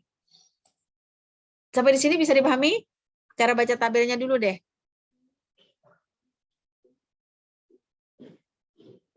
Paham ya? Jadi yang model 2 bacanya dari atas ke bawah. Ya, dari atas ke bawah, model 2 valid. Kita cek di sini model 2 yang valid itu ada 1, 2, 3, 4, 5 ya. Ada 5 dijumlahin, 4 plus 1 kan 5. Ya, model 2 yang tidak valid juga 5. Kemudian model yang 1 itu dari baris ya, dari kiri ke kanan ada 6 tadi yang valid, kemudian yang tidak valid ada 4. Nah, kira-kira seperti itu. Itu cara bacanya dulu. McNemar test statistik dihitung dengan S valid, kemudian dibagi dengan tidak valid, dikurangi dengan tidak valid, dibagi yang valid, kebalikannya, kemudian dikuadratkan, dibagi valid dan dibagi lagi valid dan tidak valid, plus valid dan tidak valid ya. Ini harus dipahami ya ini ya. Saya nggak ngerti ini rumusnya bisa ya. McNemar test tuh asumsinya bukan asumsi ya. Maksudnya teori-teorinya itu berasal dari mana? Memang kita harus merunutnya ke belakang ya. Cuman kita di sini kan hanya mempelajari cuma 1-2 slide ya. Mestinya di belakang itu ada banyak ya yang sampai akhirnya McNemar test ini rumusnya menjadi seperti ini gitu ya. Gitu. Nah, di dalam parameter McNemar test selain S ada P. Dalam menggunakan praktikal dapat digunakan perintah dalam Python untuk mendapatkan dua nilai ini dengan memperhatikan apakah nilai elemen tabel kontingensi besar atau kecil. Contoh double kontingensinya dapat dituliskan seperti ini. Ini dalam metrik ya. Metrik 4,2, 1,3. Saya nggak ngerti ini. Ini mungkin contoh aja kali ya. 4,2, kemudian 1,3. Untuk case nilai-nilai kecil misalnya, apa ini? Saya kurang paham ini. Untuk threshold-nya yaitu alfa 0,05. Ini batasnya ya, artinya nilai ambang batas P itu tidak melebihi mestinya daripada 0,05. Nah, apakah hipotesa itu diterima atau ditolak jika P, nilai P-nya dan ambang alfanya itu ya, nilai hipotesa H0 gagal untuk ditolak, kedua model secara statistik tidak ada perbedaan. Jadi di sini kalau P-nya itu lebih besar, hasil perhitungan McNemar test tadi lebih besar dari ambang batas 0,5, maka hipotesa H0-nya gagal untuk ditolak. Berarti H0-nya diterima ya. H0-nya diterima berarti secara statistik tidak ada perbedaan. Sebaliknya, jika P kurang dari alfa, maka hipotesa 0 ditolak. Kalau yang atas tadi H0 diterima. Sekarang kita cek tadi. H0-nya apa? H0-nya adalah kedua model memiliki akurasi yang sama. Kalau H0-nya itu diterima, berarti kedua model memiliki akurasi yang sama. Berarti mau model 1, model 2, nggak ada bedanya karena akurasinya sama ya. McNemar test adalah pengujian yang sederhana dan telah berkembang di antara 5 XCVT test beserta pengembangannya ya. Detail teori pengujian ini dapat dilihat di referensi. Nah, kita disuruh mempelajari ya Memang ini cuma 3 slide ya, makanya dasar teori pengujian ini dapat dilihat di referensi. Begitu Mas Adi, saya tidak bisa menjelaskan secara detail di sini karena memang cukup 3 slide ya, makanya dari sini juga sarannya dapat dibaca di referensi. Jadi secara umum McNemar test ini adalah untuk menguji apakah perbandingan dua model yang kita miliki itu terjadi perbedaan yang signifikan atau tidak. Seperti itu ya, dari perhitungan hipotesa H0 dan hipotesa H1 ya, kalau di penelitian itu H0 dan H1. Tapi ada juga yang beranggapan ini cukup dengan H0, jadi cuma ada 2, H0 diterima atau H0 ditolak. Begitu Mas Adi yang bisa saya sampaikan. Terima kasih. Lanjut dengan source code-nya. Baik Bu, siap. Terima kasih Bu, izin share screen.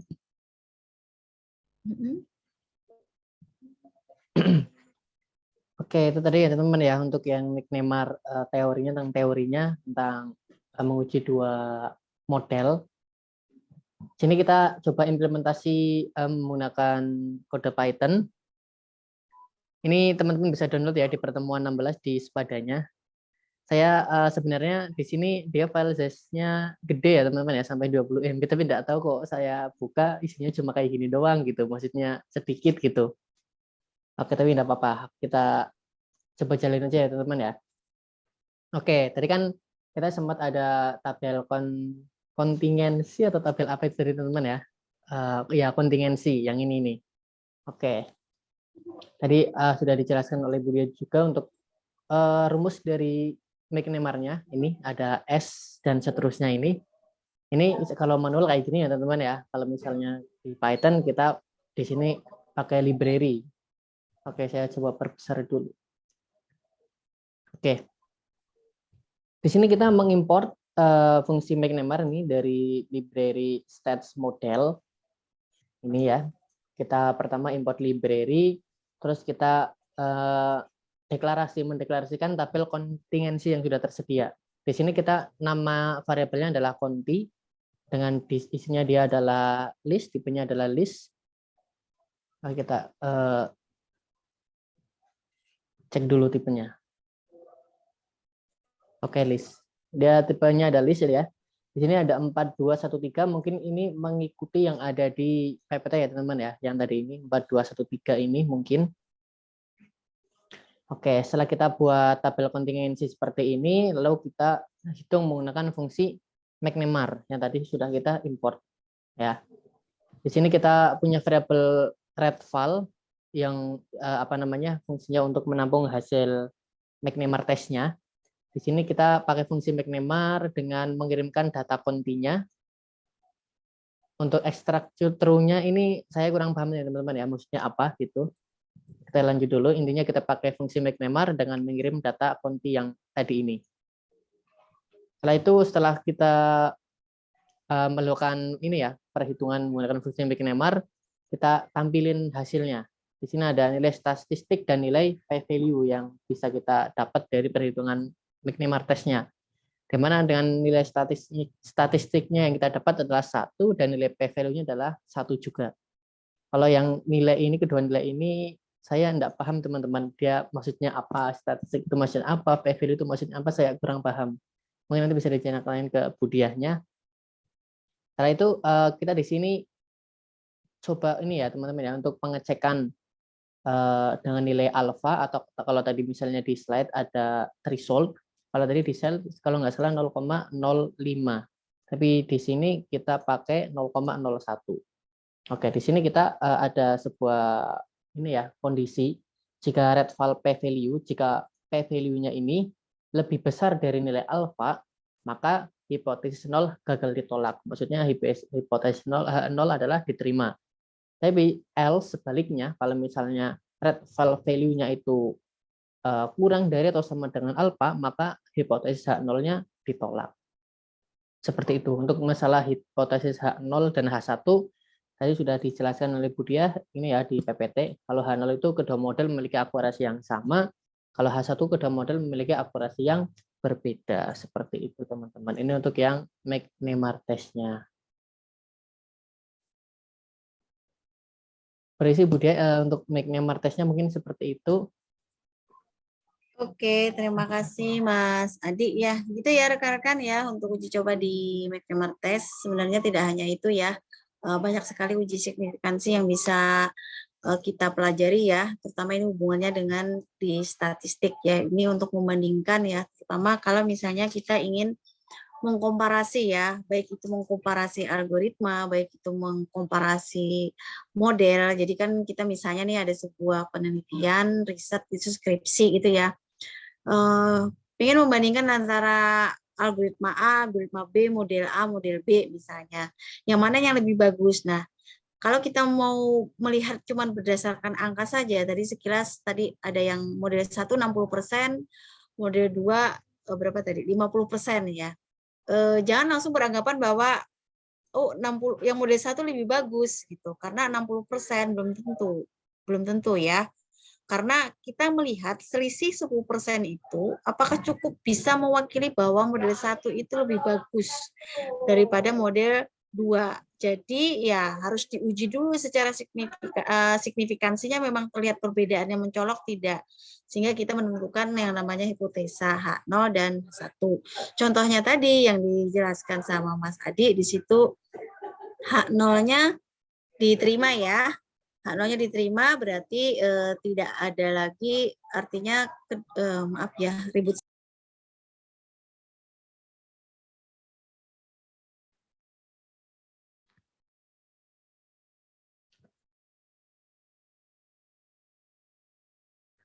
Mohon maaf Bu Dia, mic-nya masih ke mute Bu. Iya, ini sengaja saya mute soalnya apa? Ramai sekali di sini. Ramai sekali, mohon maaf ini pada datang soalnya habis maghrib ada acara gitu. Jadi pada datang ini sekarang udah maghrib di sini. Begitu ya yang bisa saya jelaskan. Yang hipotesanya tadi hasilnya H0-nya gagal ditolak, berarti diterima. Artinya kedua model memiliki error yang sama. Jadi misalnya kita ilustrasikan yang 60 sama 50 tadi, yang 60 sama 50% tadi, itu misalnya H0-nya itu diterima, berarti kan sebenarnya kedua model itu memiliki peluang error yang sama. Artinya juga nggak bagus-bagus amat, ya tetap ada errornya dan errornya itu sama peluangnya. Begitu yang bisa saya sampaikan. Itu ada yang mau ditanyakan silahkan. Tapi sekarang sudah maghrib ya. Di sana sudah maghrib belum? Indonesia Barat? Kalau di Cilacap belum Bu. Masih Belum ya? ada 15 menitan lagi kira-kira. Wah, masih jauh ya. Di sini udah maghrib loh. Di Ini Lombok saya gimana di Lombok? Oke Bu. Lombok masih ngaji Bu, belum. Masih belum. di masjidnya. Duluan sini ya. Ya kan? Duluan sini ya ternyata maghribnya. Ya silakan, ada yang mau ditanyakan? Masih ada waktu 3 menit. Gimana? Saya ada contoh ini Bu yang confusion metric Bu. Ditampilkan atau usah? Boleh, Ya. boleh silakan. Saya pikir Oke. itu ya tadi. Saya kalau yang ini confusion metric teman-teman ya, saya ambil project saya iya sendiri. tuh, oh iya benar. Baru ingat saya skripsinya Mas Adi tentang fraud detection ya. Nah itu tuh yang menurut saya tuh Mas Adi gambarnya tadi Mas Adi loss error loss tadi. Atas lagi. Nah, ini ya pada saat training sama validasi ini kan yang paling bagus memang bukan loss Mas, akurasi coba bawah. Oke. Nah, ini kan mepet nih. Ini berarti cukup bagus. Jadi artinya proses learning-nya cukup berhasil ya. Jadi kalau terlalu jauh itu bisa terjadi misalnya nih validation-nya itu tinggi, training-nya overfitting ya, terjadi overfitting kalau misalnya rentangnya itu terlalu jauh gitu loh. Ini bagus nih, mepet-mepet seperti ini bagus. Gitu. Ya, lanjut Mas Adi bawah. Silakan. Nah,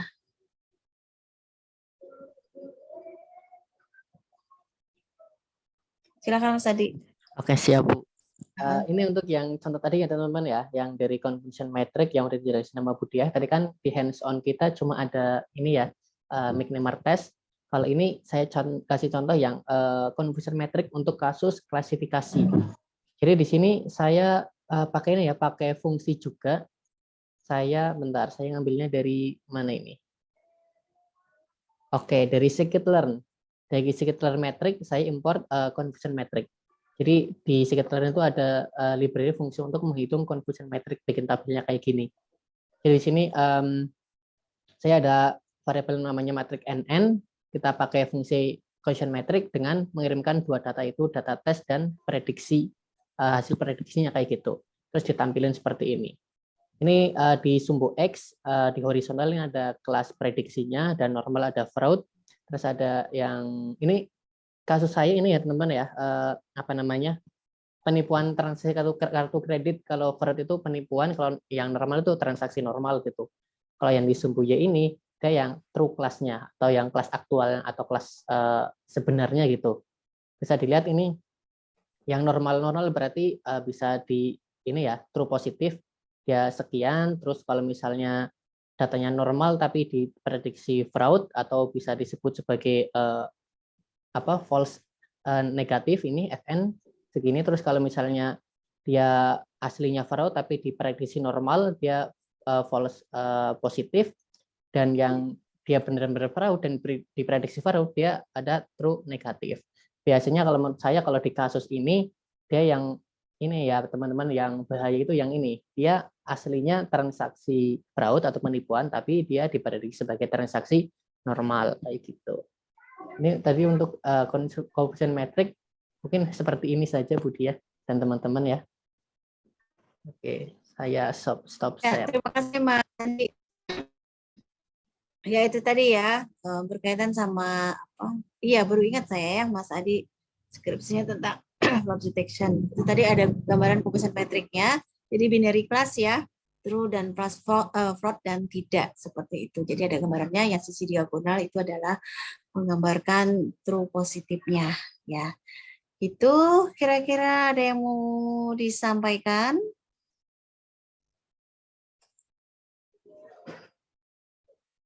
Gimana? Yang lain Mas Taufik, Mbak Nakia, Mbak Natasha, Mbak Meme Indriana? Nggak ada? Belum ada. Oke, belum ya. Oke, baik. Mungkin Mas Adi dia pas setengah tujuh di sini. Udah maghrib. Oke Bu, siap Bu. Oke, terima kasih Bu Di atas pemaparan materinya hari ini. Demikian itu ya teman-teman ya, pembahasan materi ini tentang membangun model 7 yang telah disampaikan oleh Bu Dia. Ini karena waktunya udah selesai, ngepas jam 5:30 di sini, 17.30 WIB. Oke, mari kita tuh pertemuan sore ini dengan berdoa terlebih dahulu. Berdoa menurut agama dan kepercayaan masing-masing, dipersilahkan.